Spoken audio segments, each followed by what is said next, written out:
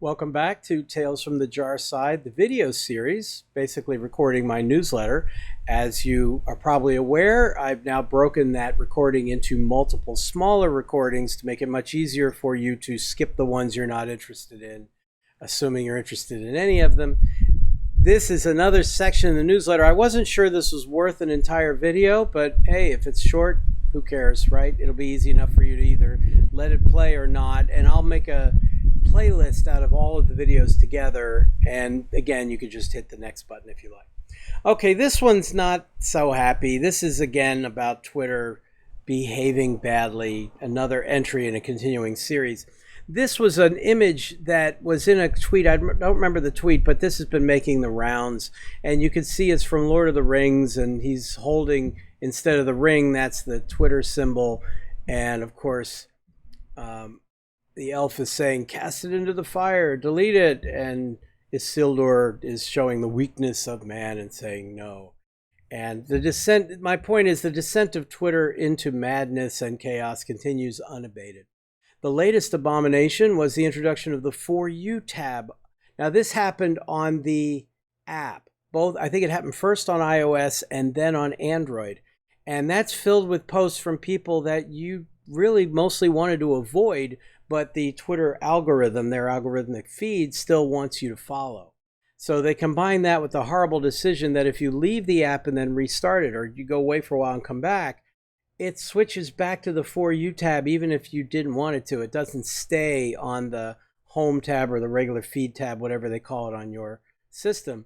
Now, they've gotten a lot of negative feedback on this, and they do sometimes bend on that sort of thing, so maybe they'll change it, but it's just another illustration of Elon behaving badly again. Crazy, just really annoying. But as annoying as that was and is, that wasn't the worst thing they did. The real horror this week, as I mentioned, was that they disabled all the good third-party Twitter clients without warning.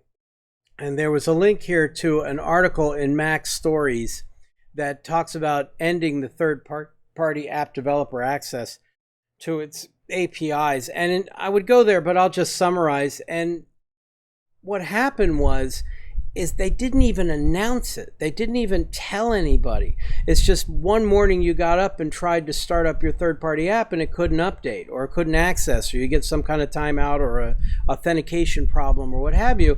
And even the people who run their own apps, the ones who produce those apps, had no idea what was going on because Twitter didn't even have the decency to let them know. Now, you could argue that from a business point of view, this is a reasonable thing for Twitter to do, that having third-party apps that don't show the Twitter ads is not a great business decision, although it certainly is a better long-term decision than a short-term one. I mean, many of the most popular features of Twitter came from third-party apps. Just the actual Twitter icon itself, the tweet, the little bird, the idea of doing retweets, these all came from third parties. And they're cutting off all of those people. There's no more innovation allowed in the marketplace, if you will. Now, whether that's a good business decision or not is something you can debate. But as usual, Elon did it in the worst possible way. Again, just cutting everybody off and not telling anybody about it. And in fact, it took like multiple days. It says after a 5-day delay, they finally posted some ridiculous claim about disabling any apps that violated their terms of service. And you could see that they just hastily updated the terms of service to put something vague in there that they might have violated. So I had to put this comment in. Twitter saying your third-party app, which has been working fine for years, now violates our terms of service in some vague, unspecified way, so we disabled it. And the response by George Santos, Republican from Rikers Island eventually, wow, even I wouldn't try to get away with a lie that obviously wrong, So, I mean, it's just so over the top and so deeply, deeply evil, as I mentioned.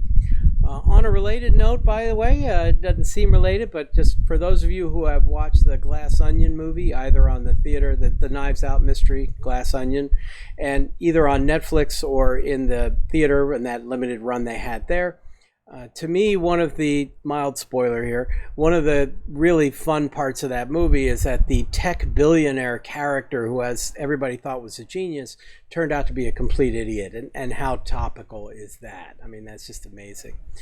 My third-party client that I used over and over again, I've just been a big fan of, was called Phoenix for Android, Phoenix with an F. And it was very limited, but in ways that I thought improved it. There were no ads, no promoted tweets, no polls. It only had tweets from people that you follow, and the tweets are arranged in chronological order, which is exactly what I wanted. So I paid for that, and I was very happy to do so. And now, like the rest, it no longer works, and I'm dealing with the official app, which is awful. The question, of course, becomes, why haven't I left? I mean, that's the obvious question. And the problem is there's too many people who are only on Twitter and not on, say, Mastodon or whatever, that I really like to follow. And otherwise I'd be cutting myself off from them. So I mentioned here I may need some kind of support group, but in reality, it's a question of time. I'll give up on it soon. So it's really sad. It's a shame. I get so much value out of it, or I did, and now we're stuck. Okay, well, that's the end of this section. Thank you for your patience.